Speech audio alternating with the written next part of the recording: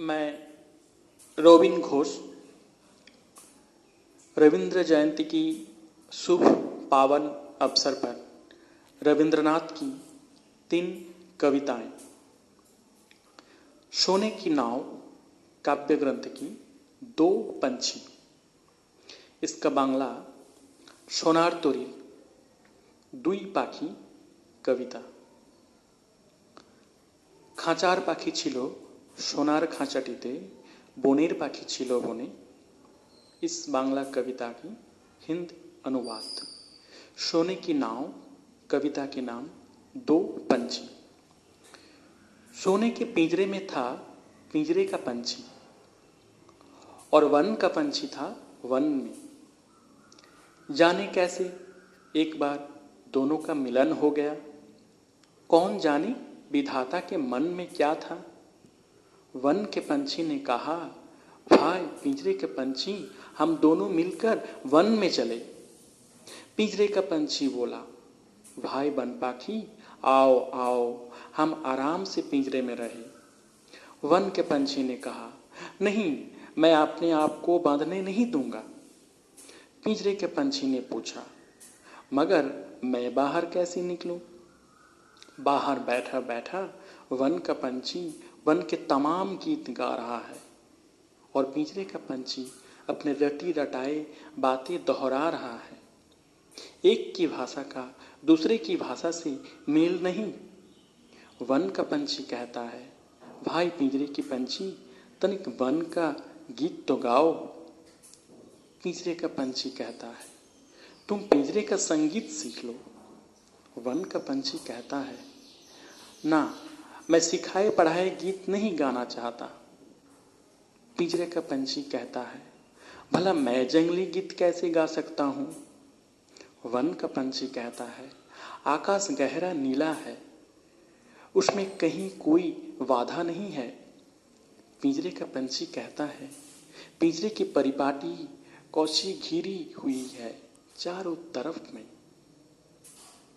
One का पंछी कहता है, आपने आप को बादलों की हवाले कर दो। पिंजरे के पंछी कहता है, सीमित करो अपने को सुख से भरे हुए एकांत में। वन का पंछी कहता है, नहीं मैं वहां उड़ूंगा कैसे। पिंजरे का पंछी कहता है, हाय बादलों में बैठने का ठहर कहाँ है। इस तरह दोनों एक दूसरे को चाहते तो है किंतु पास पास नहीं आ पाते। पिंजरे की तिलियों में से एक दूसरे की चोंच छू छू कर रह जाते हैं।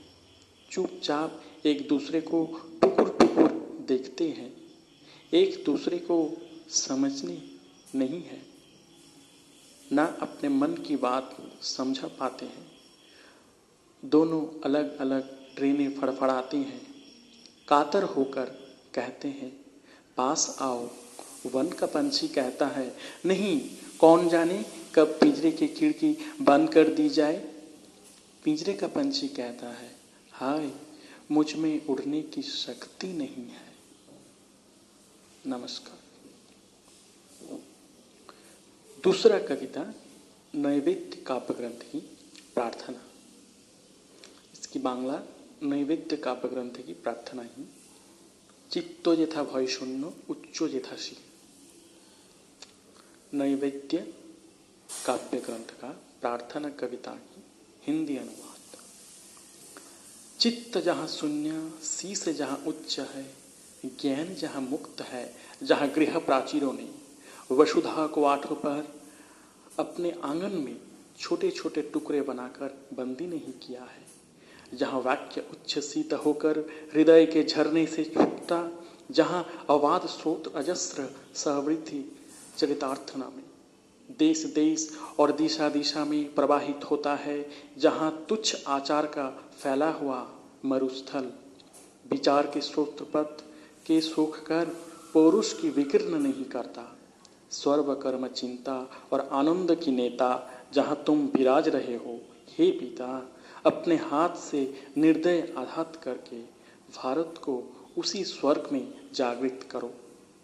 नमस्कार। तीसरा कविता नैवेद्य काव्य ग्रंथ की मुक्ति। इसका बांग्ला नैवेद्य काव्य ग्रंथ की मुक्ति, वैराग्य साधनी मुक्ति से आमार नय। इसकी हिंदी अनुवाद नैवेद्य काव्य की मुक्ति कविता है। वैराग्य साधन के द्वारा मुक्ति मेरे लिए नहीं है। मैं असंख्य बंधनों में महा आनंदमय मुक्ति का स्वाद लूंगा। इस वसुधा के मिट्टी के पात्र में वार वार तुम्हारा नाना वर्ण गंध में अमृत निरंतर डालता रहूंगा। सारा संसार दीपक के समान मेरी लक्ष्य लक्ष्य वर्तिकाओं की तुम्हारी ही शिक्षा से छूकर तुम्हारे मंदिर में प्रज्वलित कर देगा। इंद्रियों के द्वार रुद्ध करके योगासन मेरे लिए नहीं है। जो कुछ भी आनंद है दृश्य गंध और खाने में, तुम्हारा आनंद उसी में निवास करेगा। मेरा मोह मुक्ति बनकर जल उठेगा, मेरा प्रेम भक्ति बनकर फलेगा। नमस्कार, धन्यवाद।